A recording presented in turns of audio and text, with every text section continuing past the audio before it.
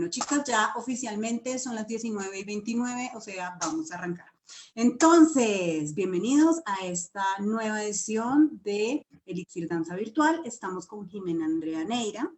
Y pues, Jimena, lo primero que creo que es muy relevante es que nos cuentes algo sobre ti, sobre tu recorrido, sobre tu formación, pero también sobre tu interés sobre estos temas de los que vamos a hablar hoy. Claro que sí, muy buenas noches a todos y todas. Qué bonito que a pesar del aislamiento tengamos estos espacios y estas oportunidades de estar en conversación y de estar en unión, que definitivamente nos demuestra que la tecnología no tiene que ser tan separada, sino que al contrario une a los mundos y las culturas. Como bien lo decías, Joana, mi nombre es Jimena Andrea Neira Manrique. Soy internacionalista de la Universidad del Rosario. Llevo investigando y trabajando todo el tema de Islam desde el 2005 aproximadamente. Empecé a dictar la cátedra Mujeres en el Islam y el Mundo Islámico desde el 2010 hasta el año pasado. He trabajado en procesos de literatura en el Centro Cultural Bacatá de Funza. Tengo una especialización en gerencia y gestión cultural, estudios de maestría en la Universidad Nacional de Colombia, en estudios culturales, y pues actualmente estoy dedicada al emprendimiento. Tengo una empresa llamada Sustain Ideologies y nos encargamos, o nuestros procesos es en temas de formación, de capacitación, análisis de perfiles y asesorías empresariales. Y completamente enamorada del mundo islámico. Lo que te decía, puede que la clase en específico se llamara Mujer en el Islam y el Mundo Islámico, pero es que al fin y al cabo, a partir del género, uno puede hacer un montón de investigaciones sobre cómo la cultura atañe al mundo. Sí, digamos que es también como un énfasis, como un enfoque, una mirada sobre, pero pues tú no puedes hablar de género sin hablar de unas transversalidades ahí de cultura, de historia, de unas formas de ver el mundo que para nosotros son ajenas, por ejemplo. Entonces, recuerdo mucho las conversaciones que se dieron en el foro en el que tú participaste, en el Foro de Arte y Cultura de Oriente, perdón, y que es muy interesante cómo esa dificultad nuestra para entender al otro también nos hace tener unos imaginarios sobre él, y pues muy interesante pues replantearnos todos esos imaginarios y también vernos con otros ojos. Bueno, Jimena, entonces vamos entrando en materia. Jimena nos tiene preparada una muy bonita exposición. Yo estoy supremamente feliz, flipo en colores, como dicen. Entonces voy a cerrar mi micrófono para que puedan verla fija. Ella nos va a compartir su presentación y pues arrancamos con apropiación cultural Oriente y Occidente. Claro que sí, entonces vamos aquí a compartir mi pantalla para que puedan ver la exposición, más bien el PowerPoint en sí mismo. Bueno, entonces como bien lo hemos comentado, vamos a hablar un poco sobre lo que es la apropiación cultural entre Oriente y Occidente. Y hay algo muy importante antes de entrar en materia, y es que la apropiación en sí misma tiende a ser una frase o una palabra que nos lleva a tener inquietudes sobre lo que significa, y al mismo tiempo se tienen otro tipo de significados, de contextos en los cuales podemos terminar prácticamente como enredados, si lo podemos decir de esa manera. Entonces, no es un concepto, más bien es un concepto polisémico, es un concepto que nos da para mucho, que nos da para tejer y entretejer todo lo que es el proceso de la cultura. Por eso entonces es que les quiero hablar de estos 5 conceptos inicialmente. Y la primera de ellas entonces es el de apropiación. Y es que para que se haya o para que se dé una apropiación en sí misma, se tiene que dar una adopción de elementos de una cultura por miembros de otra. Entonces, esto puede verse de una manera muy sencilla o muy fácil, pues porque simplemente estamos tomando los elementos de una cultura desde otra cultura. Pero aquí hay un punto específico y un punto importante, y es que la cultura que toma los elementos, uno, los saca del contexto específico en el que se encuentran, y dos, estamos hablando de generalmente una cultura dominante que se apropia de los conceptos culturales de una cultura, perdón la redundancia, minoritaria. Entonces, aquí hasta cierto punto estamos hablando de colonización cultural. No es simplemente entonces el me pareció bonito y ya, sino el que lo voy a eliminar o le voy a quitar todo aquello que lo hacía importante dentro de su propia cultura. Y simplemente lo convierto en algo de moda, en algo banal, en algo de esto me pareció chévere por hoy y mañana no me importa. Y esto es profundamente doloroso porque, vuelvo y lo repito, lo estás sacando de ese contexto original, pero además estás negando los procesos e incluso el sufrimiento y lo que han traspasado esas culturas para generar sus propios artefactos, para generar sus propios conceptos, para generar sus propios contextos. Entonces, no es simplemente el tomar un objeto y ya, sino que es hasta cierto punto destruirlo desde su propio concepto. Como lo hablábamos con Joana antes, es que nosotros aquí en América Latina no vemos tanto el tema de la apropiación cultural, y eso va a ver o tiene que ver con unos procesos sociales y psicológicos a los cuales nosotros aquí en América Latina tuvimos o vivimos desde nuestras propias culturas indígenas. Entonces, teniendo relativamente claro lo que es la apropiación, vamos a hablar de la apreciación. La apreciación es como el punto el punto positivo del aspecto cultural, y es ver ese contexto, ver ese objeto dentro del contexto cultural y decir, me parece hermoso, me parece bello, y además de esto, lo respeto. Si voy a hacer uso de una de esas prendas, o si voy a hacer uso del maquillaje, o si voy a hacer uso de los peinados, por ejemplo, primero investigo al respecto, comprendo qué es específicamente dentro del contexto ese objeto y luego sí hago uso de él. Entonces,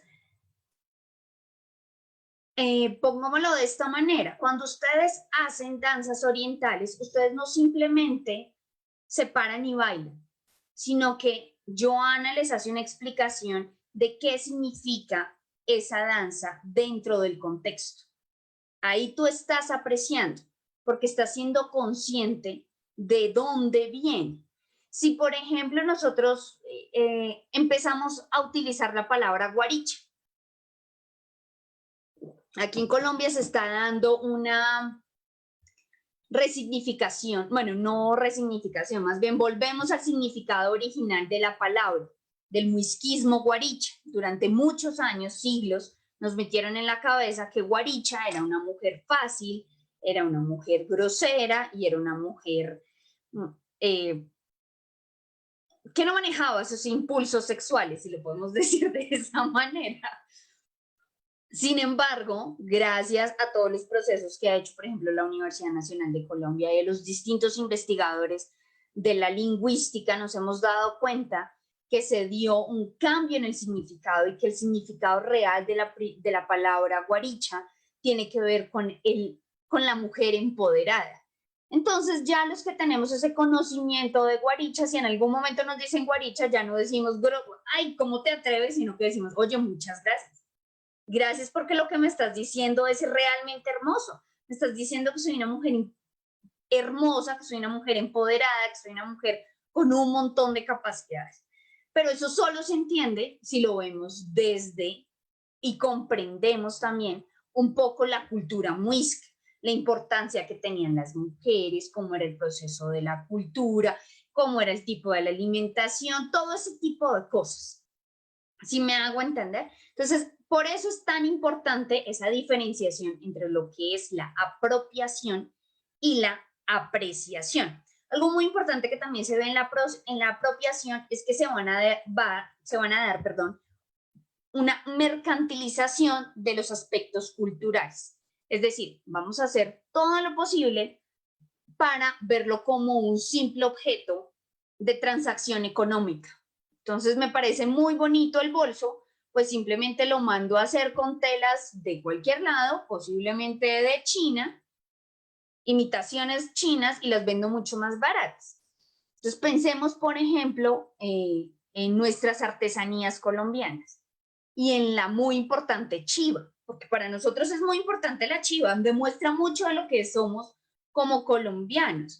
Y a todos, o por lo menos a mí me dolió bastante cuando empezaron a hacer estas imitaciones chinas. Que uno decía, claro, pues sí los están vendiendo más barata, pero realmente tiene un poco de ese contexto. Realmente la persona que lo está comprando va a entender qué significa para un colombiano la chiva. Entonces, eso es importante entender. Es como vamos a seguir, vamos a ver lo que es la aculturación. La aculturación es un proceso que es social, psicológico y de cambio cultural que se da cuando hay un balance de dos culturas mientras se adapta. Es decir, esto es lo que pasa cuando muchos migrantes empiezan a llegar a otro país. Entonces, se empiezan a dar unos procesos sociales, unos cambios, y es mientras se van adaptando a la cultura prevalente. Entonces, por eso es que hago el caso de los inmigrantes. Muchas veces las personas llegan a la inmigración y quieren conocer la cultura. No es dejar la cultura, sino es llegar a ver, venga, ¿cómo así? Llego a Estados Unidos, pues lo primero que quiero hacer es, si llegué a Nueva York, es ir a, no sé, a la Estatua de la Libertad. Y también quiero ir a comer, no sé, quiero ir a ver el árbol del Rockefeller Center. Pues porque es algo que siempre nos han mostrado y que uno en las películas lo ha visto, y qué chévere llegar, y si estoy como un inmigrante en Estados Unidos, pues tengo que pasar por ese proceso. Tengo que ir a comer pizza en Nueva York, tipo, no sé, la de pepperoni, y tengo que ir a comer perro caliente, que para nosotros es algo supremamente raro porque en Estados Unidos solamente le echan mostaza. Aquí pues a uno le venden un perro de esos en la esquina y uno dice, Dios mío, me robaron. ¿Dónde está el pollo? ¿Dónde están las papas? ¿Qué pasó aquí? Pero ese es el proceso que uno tiene que hacer. Entonces, vuelvo y lo repito, es un proceso social, y aquí simplemente le estamos diciendo muy sencillo, pero también tengan en cuenta qué pasa cuando tú llegas, cuando tienes un broken English, cuando no tienes una buena pronunciación y la gente te empieza a mirar mal, te empieza a tratar mal. Cuando tu color de piel ya hace que te miren de una manera distinta y se aproximen a ti de una manera diferente. Entonces, ese tipo de procesos van a generar ese aspecto de la aculturación. Y otro aspecto que es muy importante, que va ligado con la aculturación, es la endoculturación. Esa endoculturación es la cultura en la que tú naces. Entonces, todos podríamos decir lo que el primer proceso cultural es de endoculturación. Y luego, cuando tú en el caso de ser migrante, vas a terminar generando una aculturación. Y no siempre tienes que ser migrante. Por ejemplo, ahora, gracias al Internet, nosotros estamos recibiendo culturas de todos los lugares del mundo todo el tiempo. Y tú puedes empezar a enamorarte profundamente de otro país sin nunca haberlo pisado. Y esto lo vemos, por ejemplo, con Japón y con Corea. Hay personas que fácilmente te están hablando coreano perfecto en Colombia, japonés perfecto, que te pueden describir las calles de Tokio y nunca han ido, a través del anime, a través de libros, a través de investigación. Eso es un proceso de aculturación que ellos decidieron tomar. Pero ¿cuál es su endoculturación? Pues la que hicieron sus padres, sus tíos, toda su familia, las instituciones como el colegio, la universidad, el trabajo. Todas estas instituciones entonces llevan a cabo un proceso de endoculturación. Algo que nosotros vemos muy importante y que se ve también cuando uno está estudiando otra lengua y que a uno le dicen que usted ya conoce la otra lengua, es cuando empieza a decir dichos. Y los dichos son básicos en la endoculturación. Y también, pues, finalmente van a llegar a ser aculturación y luego asimilación. ¿Por qué lo digo? Porque, por ejemplo, aquí en Colombia, cuando uno le dicen cosas como, es que la cabra echa pa'l monte, uno lo entiende. Pero si tú eres de otra cultura o eres de otro país y ni siquiera tengo que decir que no habla español, puede ser de Perú, puede ser de Ecuador, que hablan excelente español, y uno le dice es que la cabra echa pa'l monte y te va a hacer cara de, ¿usted de qué hablas? No, no entiendo. Incluso con la palabra,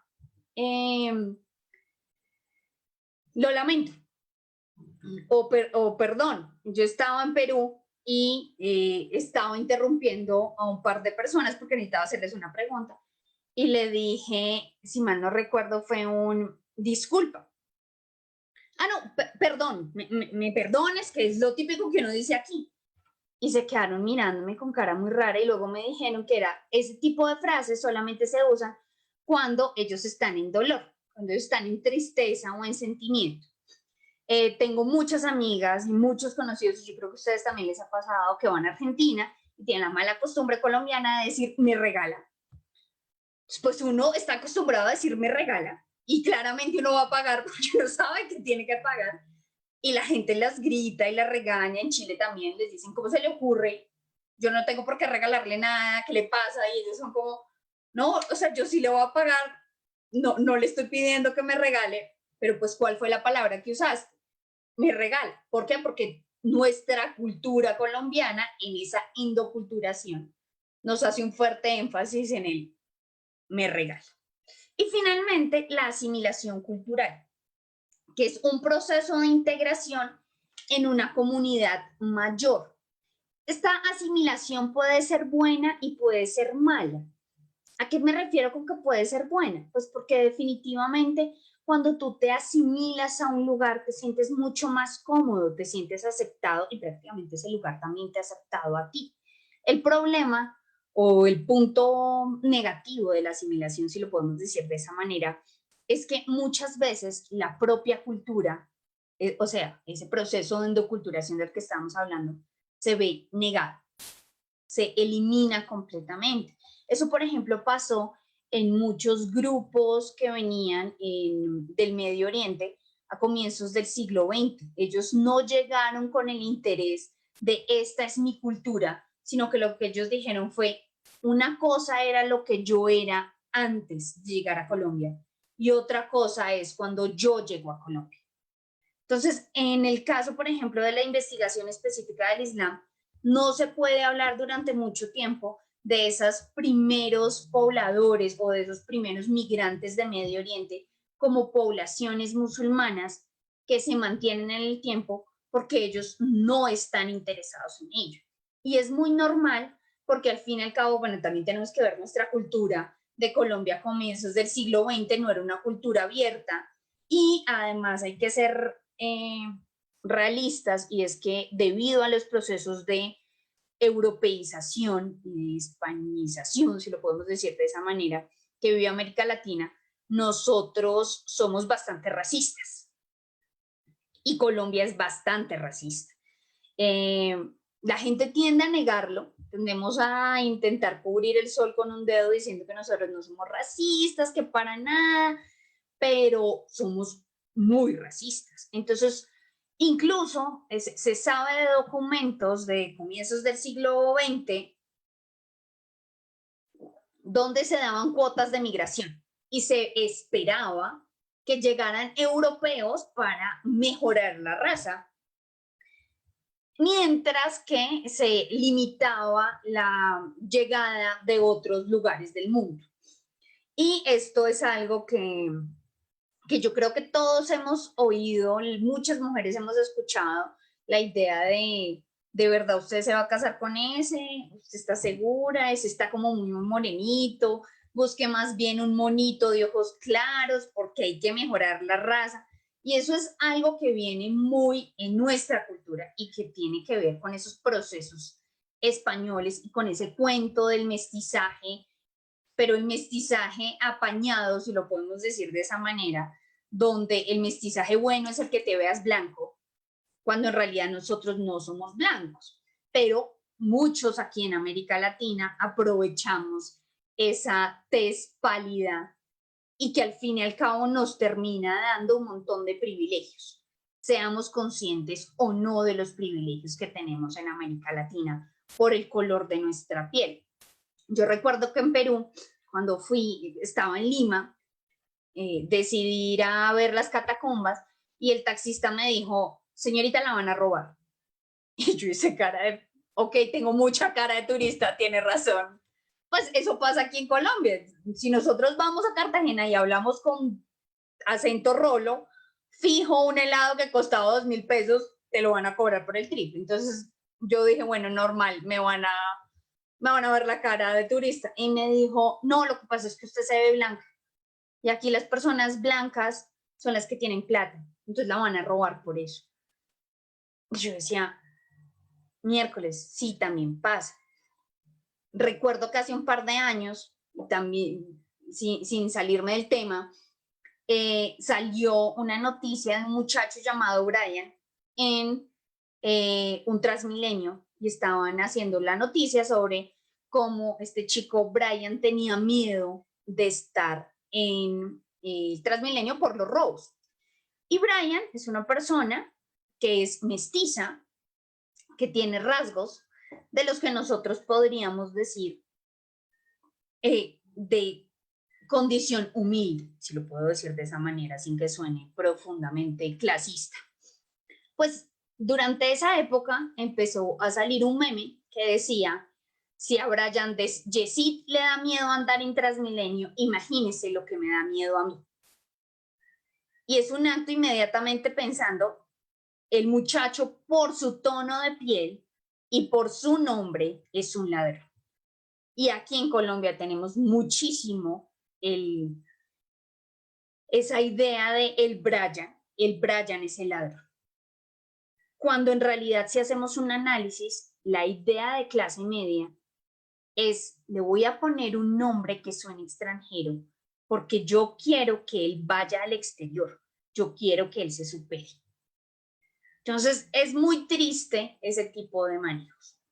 Entonces, estas es como las definiciones que quería mostrarles. Ahora, entonces, vamos a hablar un poco sobre temas específicos de apropiación. Entonces, en el 2012, Victoria's Secret hace su famoso desfile de estas hermosas mujeres que cumplen con unos estándares, entre comillas, de belleza, y la altura y la delgadez y todo este tipo de cosas, y deciden utilizar tocados indígenas. Claramente, varias naciones indígenas de Estados Unidos en específico hicieron una alusión y se sintieron muy respetados. ¿Por qué? Porque aquí están haciendo una mercantilización del aspecto cultural, están sacando del contexto una prenda de vestir que es supremamente importante.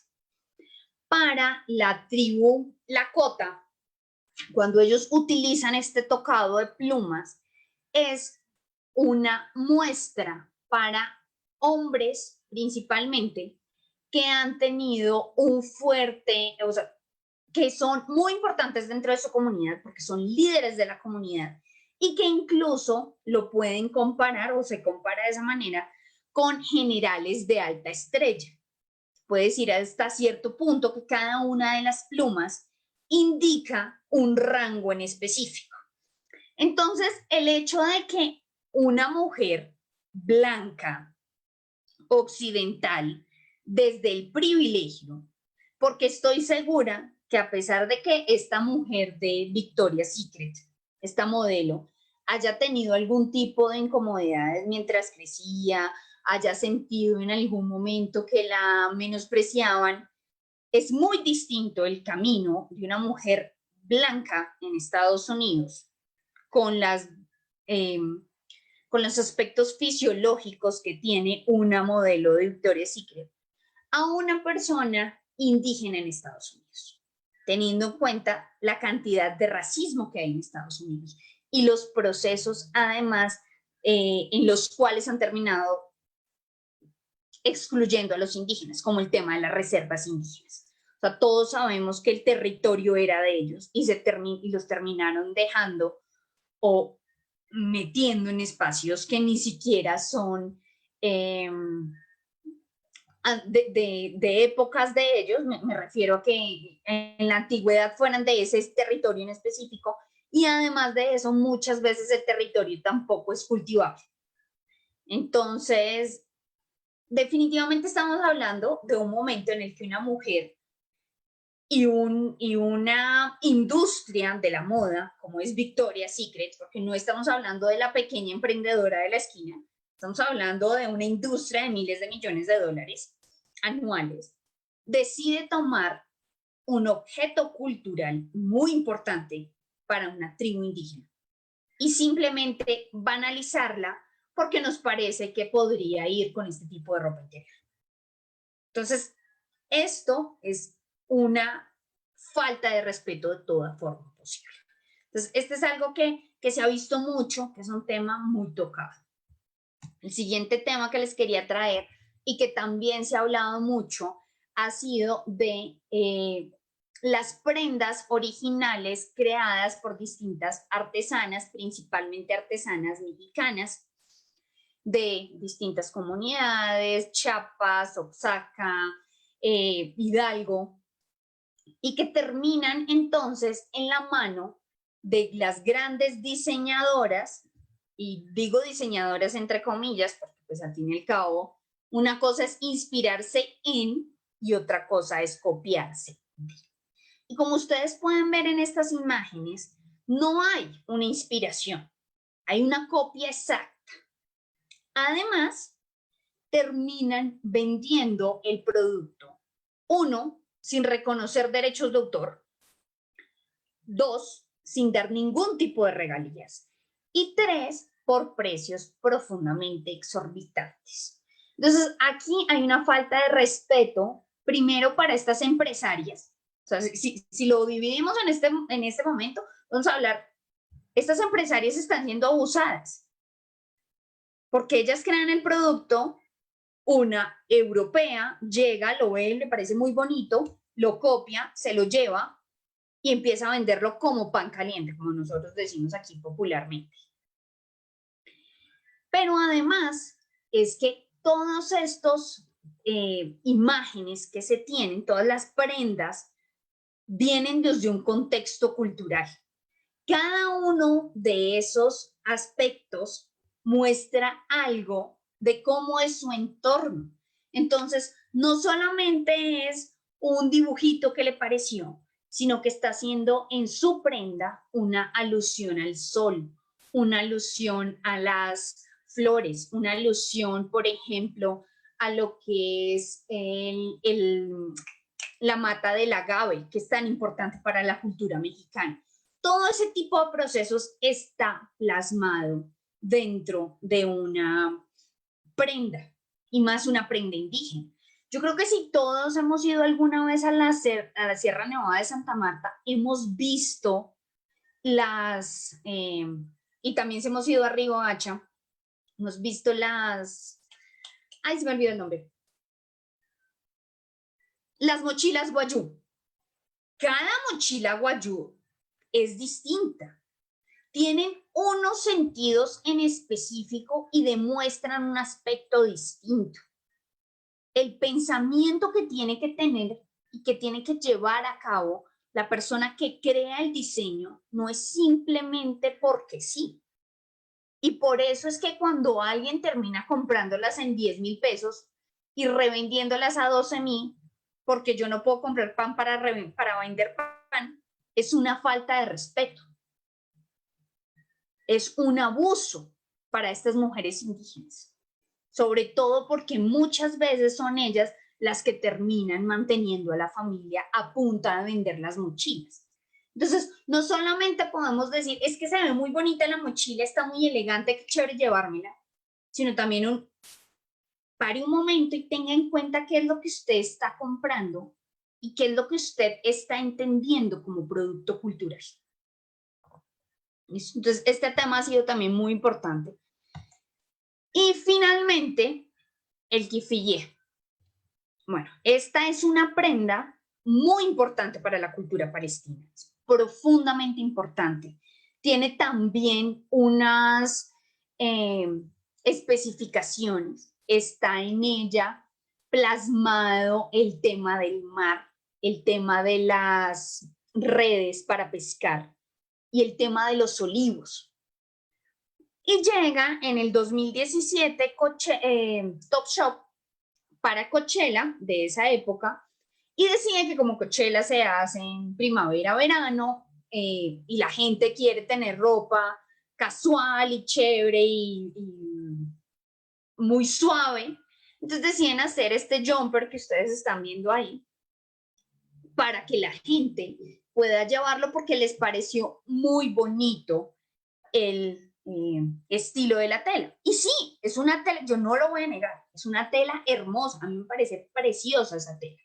Pero una cosa es simplemente coger un diseño floral.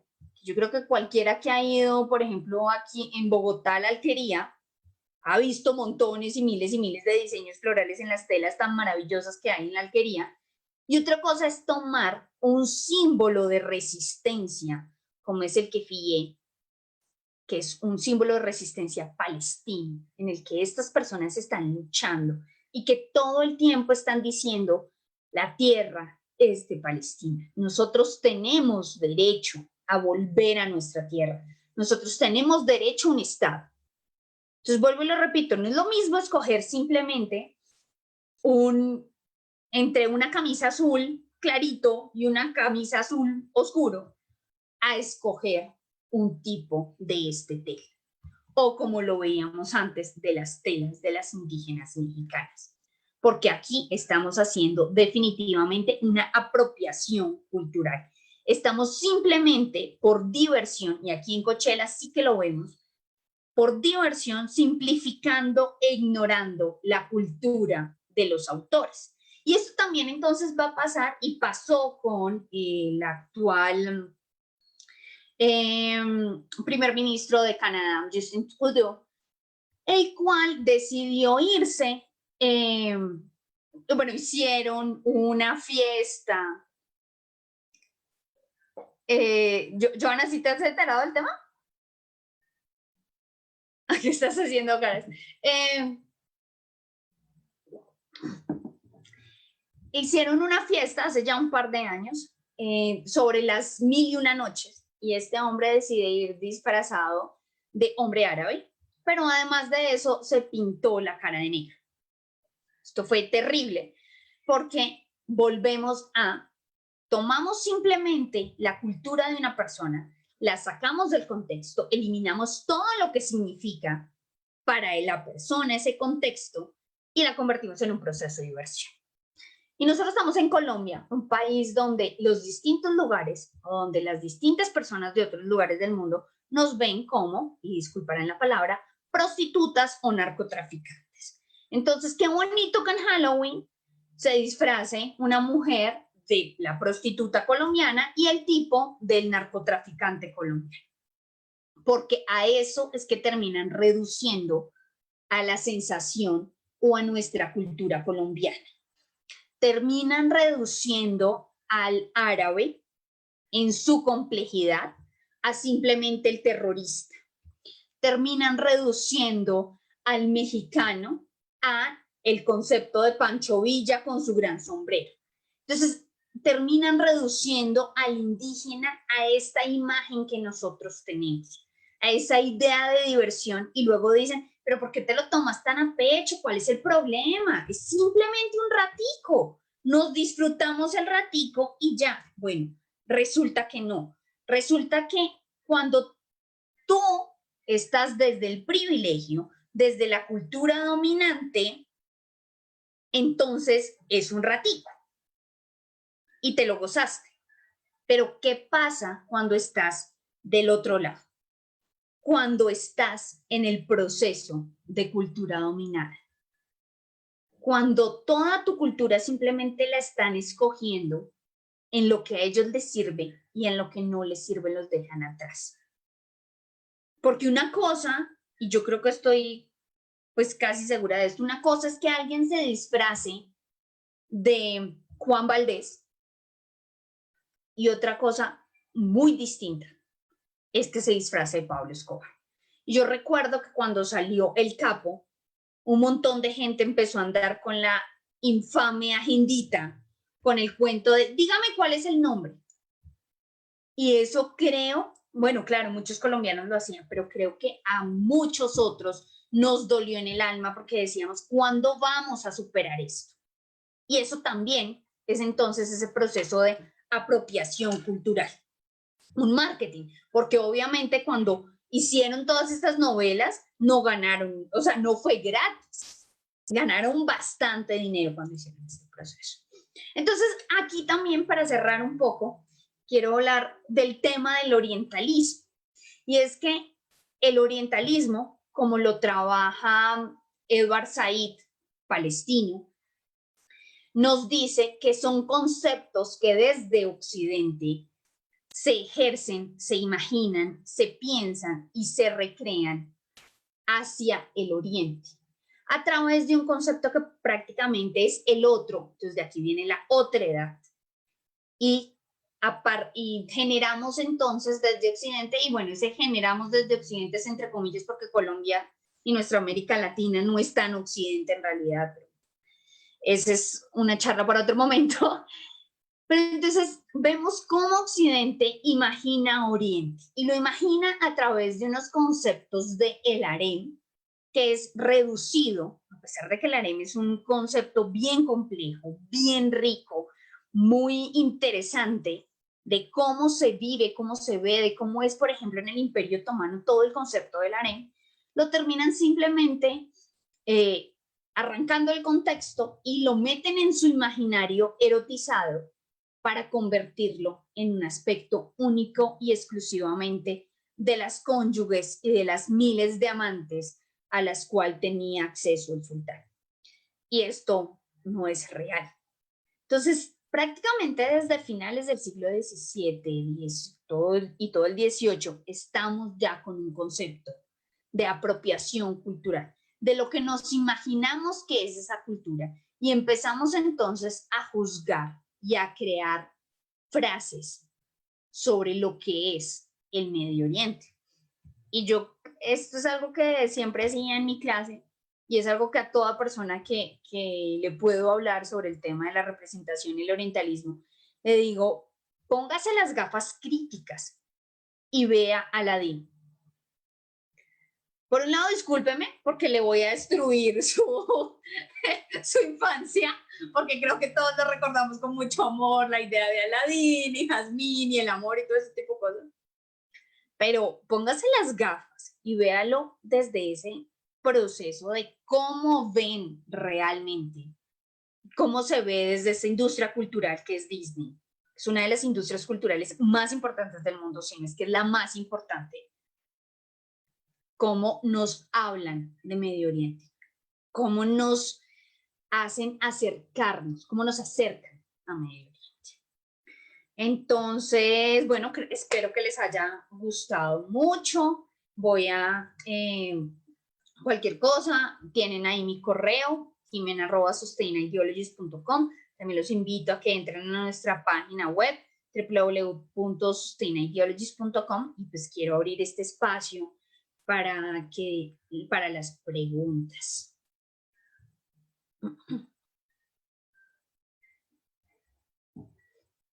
No tienes el... Sí, ya. Perdón.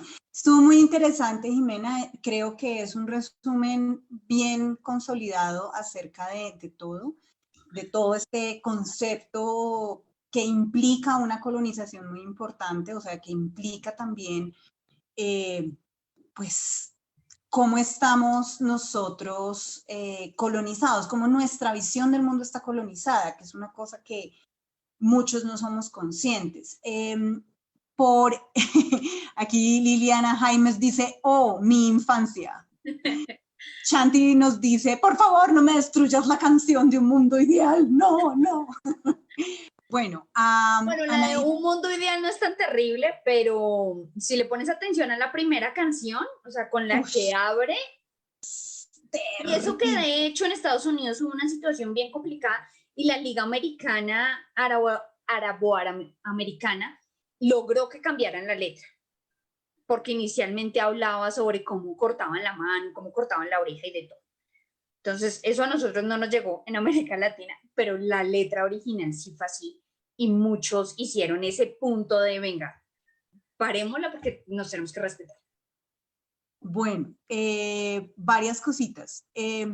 Anaid Cetroc nos pregunta qué libro de Edward Said nos recomiendas.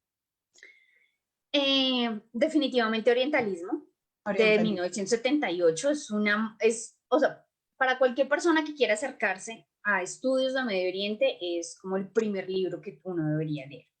Claramente hay mucha crítica porque, bueno, una de las críticas es cuando Edward Said crea este concepto de orientalismo, pues al mismo tiempo está creando el concepto de occidentalismo. Entonces, ¿qué es ese occidente?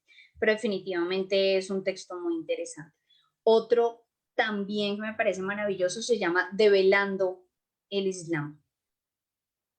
Okay. Y es ¡qué lindo! muy, muy bueno. ¡Qué lindo ese nombre! De hecho, lo hace como un juego de palabras, ese Develando el Islam. Claro, súper lindo. Muy interesante. Bueno, para varios, voy a tratar de dejarla grabada, no les aseguro nada porque es nuestra primera vez de una sesión por Zoom que pasamos por Facebook Live, entonces calma, vamos con calma por el momento, vamos a hacer sí. Bueno, aquí hay dos cosas que me parecen súper interesantes. Vamos primero con Shanti, que nos dice que le llama mucho la atención que en el título pues las dos hayamos puesto entre Oriente y Occidente. Y ella nos pregunta si puede haber una apropiación cultural de Oriente a Occidente. Y aquí yo quiero antes, pues Jimena nos va a hablar más de esto, pero es importante que tengamos en cuenta que el mismo concepto de Oriente y Occidente es una cosa relativamente, pues no es necesariamente reciente, tiene una carga histórica muy grande, pero nuestra percepción de lo que es Oriente tiene una carga colonial muy fuerte. O sea, ¿qué definimos que es el Oriente y quién define qué es Oriente? Sí. Solamente como para que lo dejemos así. Y pues la pregunta es, ¿puede lo que llamamos Oriente hacer apropiación sobre Occidente? Totalmente. De hecho, se ha hecho, lo hacen en Japón. Japón tiene varias bandas de heavy metal, que nosotros podríamos decir, bueno, el heavy metal es Occidente, definitivamente, pues tengan en cuenta que nace también en todo lo que es la península escandinava, ¿no? ¿Y qué más Occidente que la península escandinava? Y Japón tiene este tipo de apropiaciones.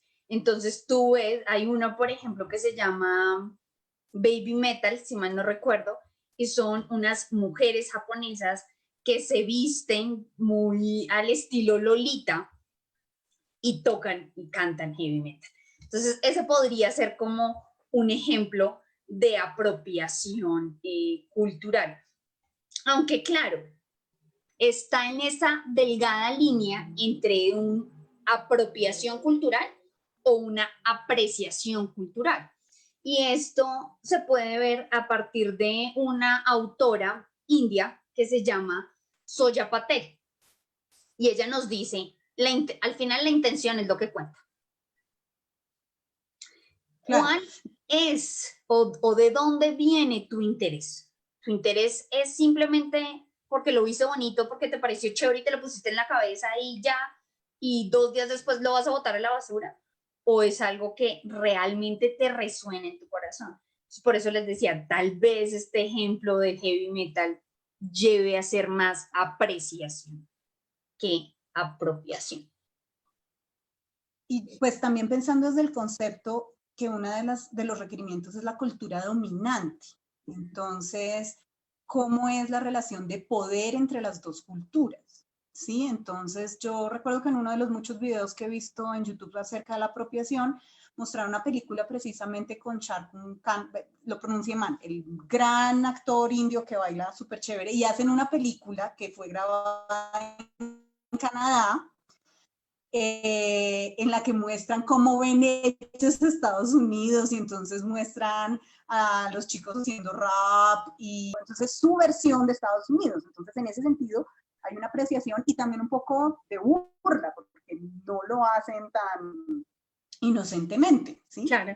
Pero, pues, digamos que la cuestión sigue siendo cuál es la relación de poder. O sea, eso es una de las... Aquí hay otra pregunta de Diana López de Mesa, en la que nos dice que le gustaría que habláramos del concepto de fusión, que en nuestras danzas pasa mucho. Entonces, digamos,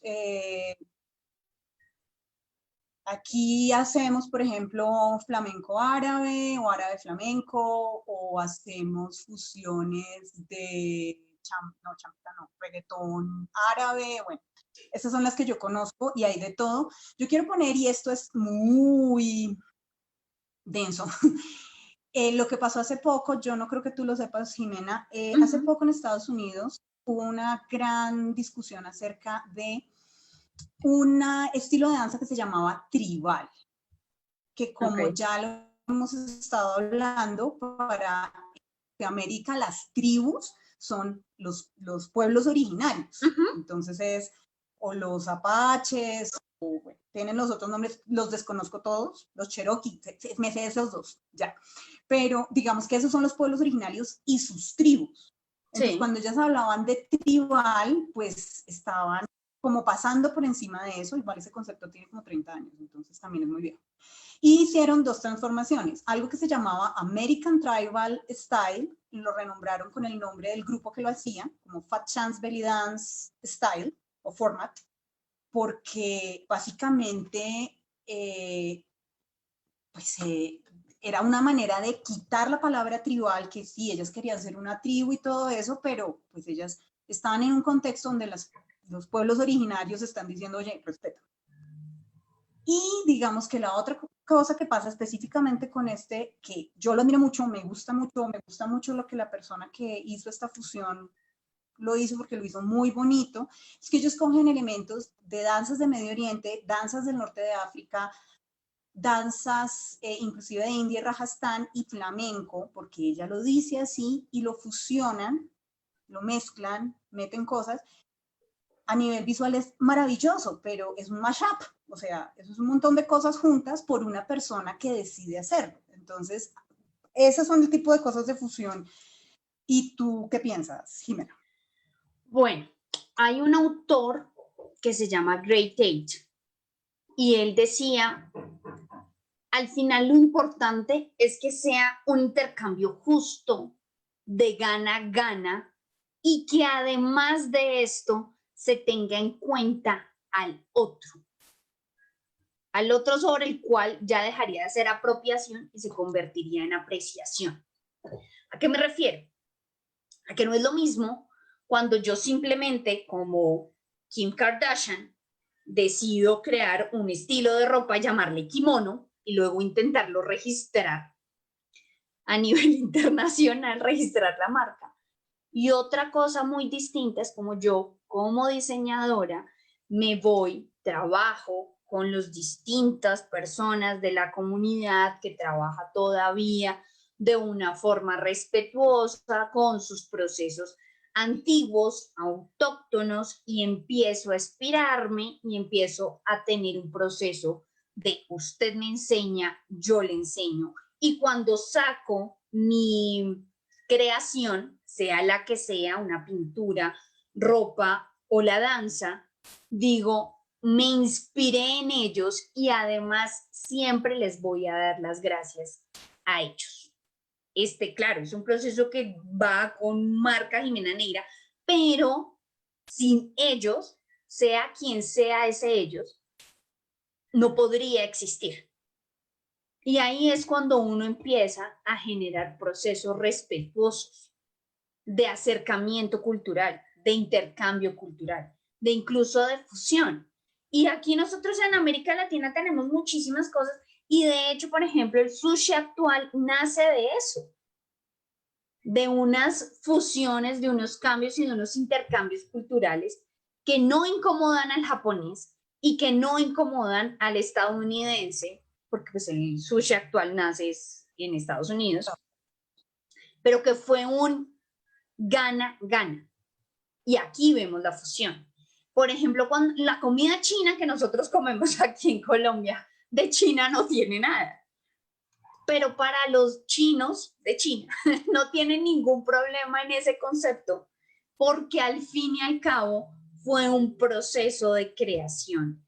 Y de hecho, la mayoría de los restaurantes chinos en Bogotá que yo conozco, por lo menos así sea el de la esquina, son manejados por población china y que ellos saben que esa no es su típica comida, ni su comida típica, pero que ellos dicen, bueno, aquí funciona, no tengo ningún problema. Business es business. Exacto. Pues ellos dicen, bueno, para ellos la comida china es esta mezcla, pues bueno, no tengo ningún problema. Pero ahí hay un respeto, aunque no haya un proceso explícito con contrato y con todo este tipo de cosas, sí hay a través de la cultura ese acercamiento, esa intención que es lo que cuenta. Y sí, creo que eso también es muy importante. Entonces, así como tú lo dices, yo creo que si tú haces fusión, pero si tú respetas a esa otra cultura, no hay ningún problema. Muchas personas, bueno, Gray Tate, que era el autor que les estaba comentando, él hace una fuerte crítica sobre cómo llega Eminem y Vanilla Ice a convertirse en raperos. Y el decir, es que usted está apropiándose de una cultura que es la cultura negra estadounidense.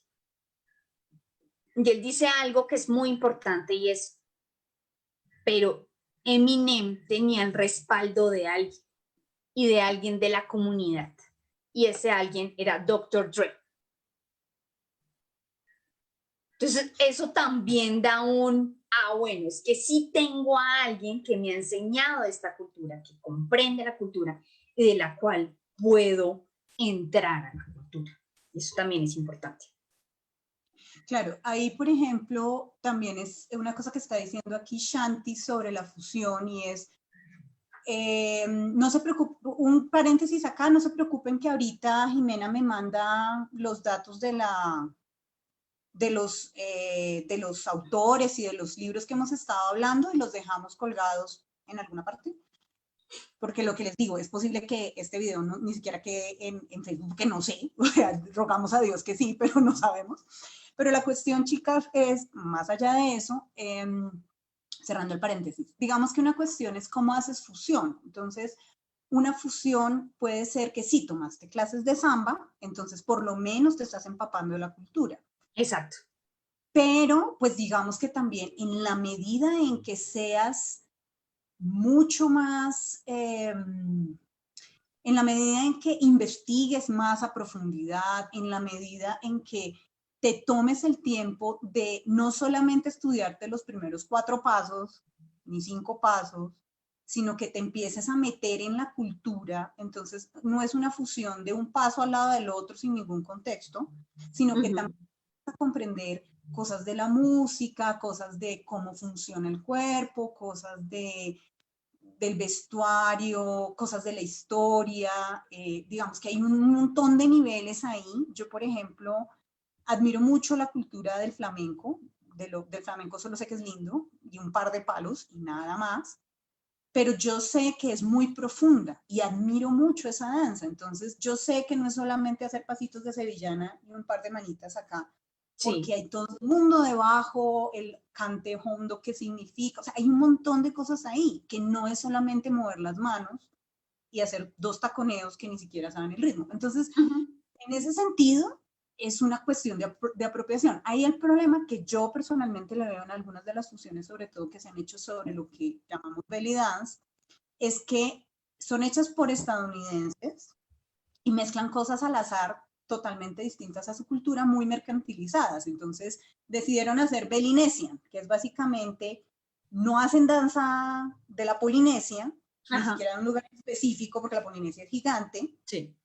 y le meten 3 pasos de danza árabe y le quitan totalmente el contexto y hacen un mashup súper grande, una persona que aparte de todo ni siquiera es de allá. Y cuando lo venden sin el contexto, sin mostrar las historias, y además muchas de esas danzas también tienen un contenido ritual.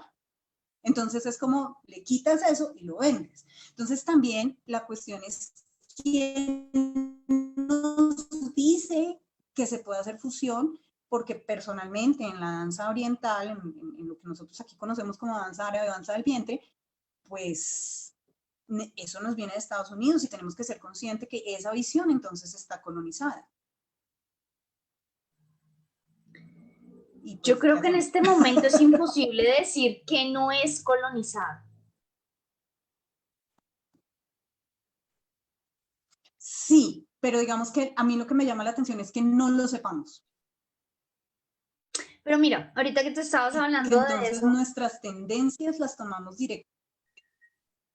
yo conozco personas que terminaron siendo musulmanas, convertidas al Islam, porque entraron a un curso de árabe y les pareció muy interesante.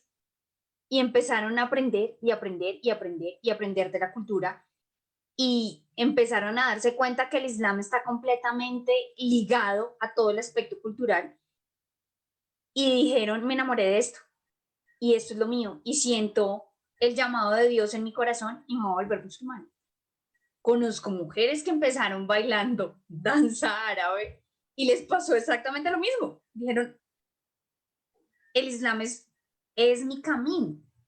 Entonces, yo creo que al final también tiene que ver con la intención de cada persona. Hay personas que somos profundamente apasionadas y que si algo nos gustó un poquito, empezamos a escarbar y escarbar y escarbar y escarbar porque el conocimiento es gigante y me enamoré de esto y me encanta. Como hay personas a las que dicen, me divertí, me pareció chévere, next. Y tampoco está mal. Yo creo que lo que está mal hasta cierto punto es cuando tú abusas de ello.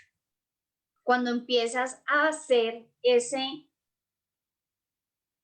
extracción de la cultura única y exclusivamente pensando en el dinero y pensando en la voy a pasar rico en este momento y no me importa nada más. Entonces creo que ahí es donde está el punto clave del asunto. Y prácticamente entonces estamos hablando de ética y de moral, que es algo que creo que es supremamente importante antes y ahora. Entonces, esa Sí, ética y la moral. digamos que ahí, por ejemplo, en el punto de la ética es, listo, ¿cómo estoy yo? Lo que decíamos con las danzas folclóricas, cuando yo hago la danza de alguien, cuando hago la danza de otro, yo me convierto en un embajador y un representante de esa cultura. Así ¿Y es.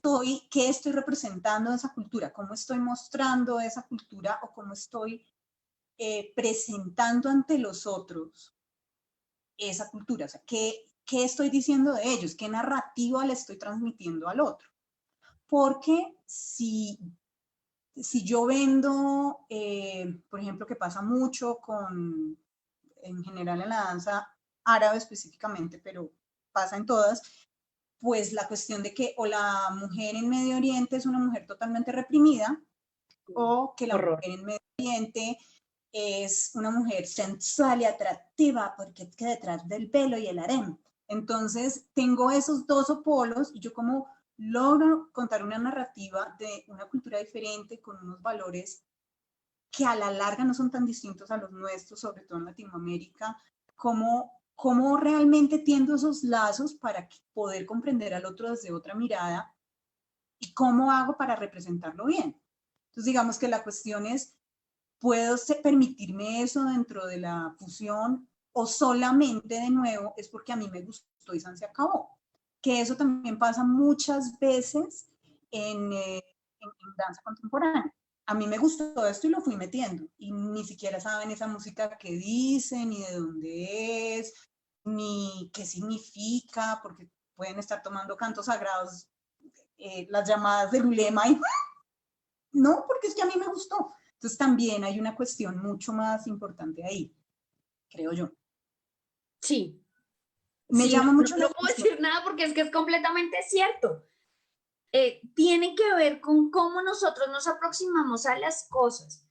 Como por ejemplo, tú como colombiana o como ciudadana del mundo, vas caminando por la calle y ves que a alguien lo golpean y si no te importa y no te duele, bueno, miércoles deberías mirar un poquito quién eres como ser humano, porque es que te debería doler. Claro, no podemos cargar con el color de todo el mundo, pero si lo estás viendo de frente, algo tienes que hacer. Y si simplemente lo pasas de largo, bueno, pues eso va a mostrar más de tú quién eres que a la persona que hayan golpeado. Y creo que hay muchas cosas de ese tipo, de cómo los aspectos y los procesos culturales muestran muchísimo uno quién es en su ética y en su moral. Y si tú, y lo veo yo así, si tú estás hablando de culturas y tomas todo como si fuera un sancocho, entonces, ¿qué respeto das a tu propia cultura? No solamente a los otros, sino cómo te pones tú en tensión a tu cultura. Así sea simplemente, estamos hablando, no sé, un espinazo de cuchuco de trigo con espinazo de marrano. Y que me le diga, pues es que le voy a echar escalión o le voy a echar pescado, no sé qué.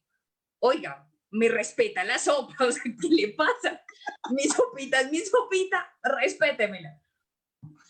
Y puede que sea algo muy tonto, pero que al fin y al cabo tú también tienes que analizar. ¿Cómo ves tu cultura? ¿Qué tanto amas tu cultura? ¿Qué tanto conoces de tu cultura? ¿Cuántas veces te has detenido a decir qué es lo que me hace colombiano? Y dentro de esta gran Colombia hay un montón de regiones. ¿Y qué es lo que me hace a mí entonces, por lo menos desde mi corporalidad, siendo 50% boyacense y 50% manizalita? Mi mamá es manizalita, mi papá es de Tunja. Entonces, ¿qué me convierte a mí, además de ser colombiana, el amar la arepa paisa, pero también comer un domingo cuchuco de trigo con espinazo de marrano? Porque por Dios, qué delicia. Pero eso hace parte de mi cultura y cuánto la respeto, cómo la conozco, qué me hace a mí vibrar dentro de mi cultura colombiana. Y no solamente puede ser entonces, ay, es que el himno es muy bonito. Bueno, ¿has escuchado todo el himno? ¿Has comprendido lo que dice? Por ejemplo, cuando dice, si el sol es para todos, justicia es libertad. ¿Has escuchado esa parte? ¿Has vibrado con ella? ¿Has vibrado cuando dice la Virgen en agonía, arranca sus cabellos y los cuelga de un ciprés? Que es una imagen poética profunda y compleja y que también nos muestra un montón de aspectos. Yo por lo menos soy de lo más chillón del mundo y cada vez que pienso en esta epopeya de la liberación de Colombia y de la independencia de Colombia, imagino a estos chicos llegando desde los llanos orientales, cruzando los Andes, que además es una de las montañas más altas del mundo, una de las cordilleras más difíciles, en el frío de la época, porque bueno, tenemos calentamiento global, en el frío de la época, y que no había ropa, y que estos hombres andaban en traje de mujer para poderse cubrir, y aún así hacer las batallas que hicieron. A mí eso ay sí, qué pena, pero cito a Amparo Grisales, me eriza la piel, porque realmente hace que yo diga, esto es algo impresionante, es algo muy fuerte. O sea, tú tienes que amar demasiado una idea, tener que haber sufrido en tu cuerpo y en tu alma la opresión para que tú digas, el camino es ese. Te vas a morir por el camino, no me importa, el camino es ese y doy mi vida por eso. Creo que es algo supremamente fuerte y es algo que yo le admiro muchísimo a los estadounidenses, porque tú no conoces a un estadounidense que no se conozca perfectamente la historia del 4 de julio, que no conozca perfectamente quién es Washington, quién es Hamilton, quién es Benjamin Franklin. Ellos se los conocen perfectamente como la palma de su mano y conocen a un Estados Unidos que yo creo que a nosotros en Colombia nos hace falta muchísimo. Y tenemos una historia tan profundamente hermosa. Y tú hablas con las personas y no vibran por Colombia. Y yo creo que eso nos falta mucho. Y yo creo que me salió un poquito del tema, pero vi algo esta semana que me dolió, pero que al mismo tiempo era profundamente real. Y decía, el sueño del colombiano es irse de Colombia. Y yo creo que tiene que ver con eso, con ese desconocimiento profundo de nuestra maravillosa tierra colombiana. Y por eso es tan fácil entonces hacer aculturación y enamorarme de Japón y enamorarme de Estados Unidos y enamorarme de Canadá y de Medio Oriente, pues porque no conozco. Y cuando, como dice la frase muy popular, cuando uno no conoce a Dios, a cualquiera se le arrodilla. A cualquier santo le reza. Exacto. Sí, y igual, yo creo que sí tiene que ver, porque en el fondo también es muy interesante, porque precisamente una de las cuestiones en Estados Unidos es esa búsqueda de referentes culturales, porque ellos están en una larga historia de construirse como con la identidad de nación, pero digamos que es una tarea que nosotros no hemos hecho tampoco y que también sería interesante. De hecho, en este proceso de conocer las danzas de Medio Oriente, especialmente las danzas folclóricas, yo me he empezado a dar cuenta y he empezado a reflexionar sobre cosas que yo no sé en mis propias, de las danzas acá de Colombia. Y cómo es posible que yo no sepa de eso, pero sí sepa tanto de otras regiones. Entonces es como, bueno, es importante indagar, es importante preguntar, es importante también conocerme. De hecho, mi maestra de danza de India decía en alguna de las danzas y de las otras tradiciones que en India está aprendiendo, ella es de Medellín y está viviendo en India, y ellos le decían allá, pero es que usted no tiene danzas, es que usted ya no tiene esas cosas, o sea, ¿por qué se viene a aprender de eso acá? Usted tiene las suyas. Entonces también es una cuestión de cómo nosotros también necesitamos, en ese proceso de aculturación que vivimos y que hemos seguido viviendo, cómo realmente buscamos esta forma de volver a nosotros, porque esa también es la parte del respeto. Si yo no tengo claro quién soy yo, tampoco tengo un referente para al otro, pues porque no tengo referentes, ¿no? Bueno, chicas, si no hay más preguntas, dice acá Shanti, buscamos muchas veces referentes culturales exteriores, porque qué cool bailar o tocar, cantar cosas exóticas en vez de un joropo. Y pues la idea no es dejar de tomar las tradiciones de otras personas, es simplemente como esta reflexión acerca del conocimiento de la cultura, de quién soy yo, de quién es el otro y de eso, de que pues somos pueblos colonizados, entonces hay muchas cosas que no nos hemos dado cuenta acerca de nuestra propia historia y la propia historia de los otros. Yo no creo sé, que ¿quieres comentar algo más, Jimena? Sí, ahorita que estabas hablando de nuestras danzas, yo creo que hay algo que a mí nunca se me va a olvidar. Y fue que pusieron a bailar a unos niños mapalé. Y una señora se indignó, que era el colmo, que era una falta de respeto, que porque los niños estaban haciendo sus movimientos tan sexuales. Y alguien le respondió, señora, es la historia de un pescado saliendo de una atarraya. Entonces, eso también nos demuestra muchas cosas, como qué tipo de pensamientos está teniendo su merced. O sea, usted está viendo lo que quiere ver, porque simplemente es un pescado. Y eso muestra también entonces el tema de la cultura, de cómo conocer, cómo acercarnos a nuestra propia cultura, porque es que definitivamente en Colombia además no tenemos una sola cultura. O sea, la historia africana que nosotros tenemos en Colombia es una de las historias más preciosas.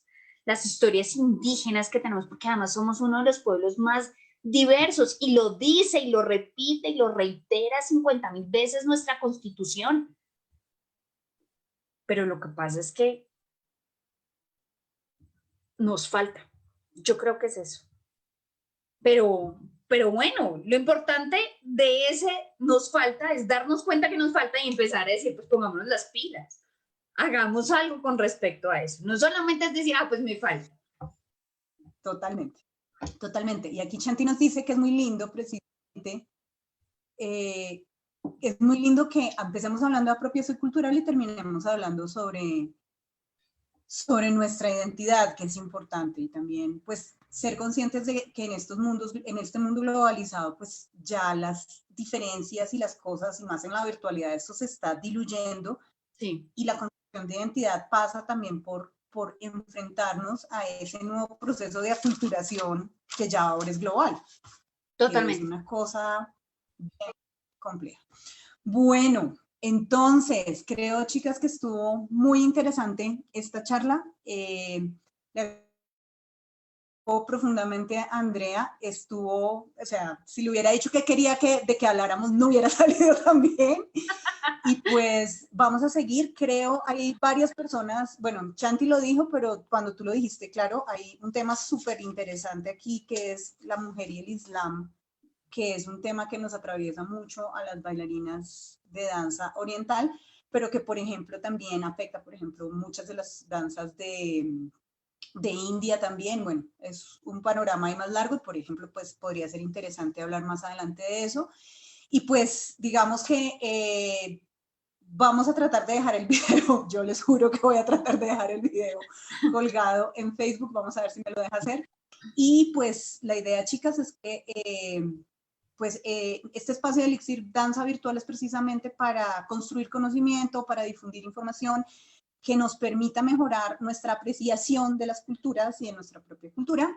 Y pues trataré de dejarles el contacto de Jimena en el video y la información pues de los autores que ella mencionó y algunos enlaces para que ustedes los miren. Entonces, muchísimas gracias, Jimena, de verdad, muy interesante.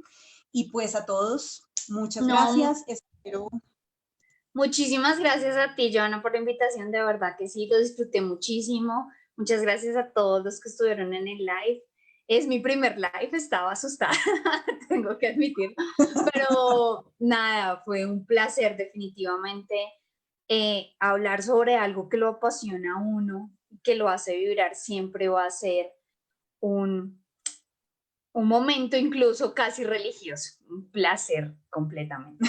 Entonces, muchísimas gracias, de verdad que sí, qué rico. Y nada, me encanta la idea de hablar de mujeres en el Islam. Entonces, cuando quieras, comentamos un poco sobre qué hablar. Bueno, esta es una materia que yo dictaba en el Rosario y eran 36 horas de clase. Entonces, pues sería algo como muy escueto, muy resumen, el resumen de resumen. Pero con todo gusto, ustedes me avisan cuándo y de verdad será un placer para mí. Un abrazo a todos los que nos escucharon. Listo. Bueno, voy a desconectar acá y quedamos en contacto con todos los demás. Esperemos que nos deje grabar la sesión y pues muchas gracias a todos. De verdad, ha sido maravilloso poder contar con todos ustedes y pues seguimos en el Elixir Danza Virtual. Cuídense mucho, coman bien, duerman, descansen, seguimos juntos construyendo.